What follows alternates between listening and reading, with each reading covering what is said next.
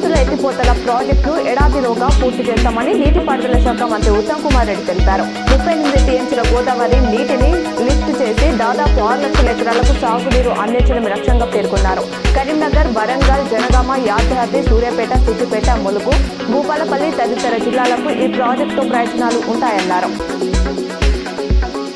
HMT, BPT, Telangana సోనాతో పాటు జై Sriram brand rice క్వింటాల్కు రూపాయలు 1000 నుంచి 1200 వరకు పెరిగాయి. వివిధ రకాల బియ్యంతో గతంలో కేజీ రూపాయలు 40 నుంచి 50 వరకు విక్రయించగా ప్రస్తుతం రూపాయలు 60 నుంచి 70కి చేరింది. ఎలనీను ప్రభావంతో వరి సాగు తగ్గుతుందన్న అంచనాలను వ్యాపారులు క్యాచ్ చేసుకుంటున్నారు. దీంతో ఎడాపెడా బాధిస్తున్నట్లు మార్కెట్ నిపుణులు చెబుతున్నారు.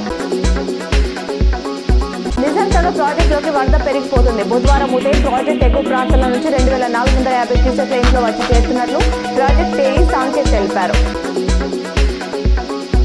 నిజామాబాద్ నగరంలోని కిల్లా రోడ్లో గల జూబ్లీ హోటల్ వద్ద మిలాద్ ఉన్ నబీ కార్యక్రమంలో టీపీసీసీ చీఫ్ మహేష్ కుమార్ గౌడ్ పాల్గొన్నారు.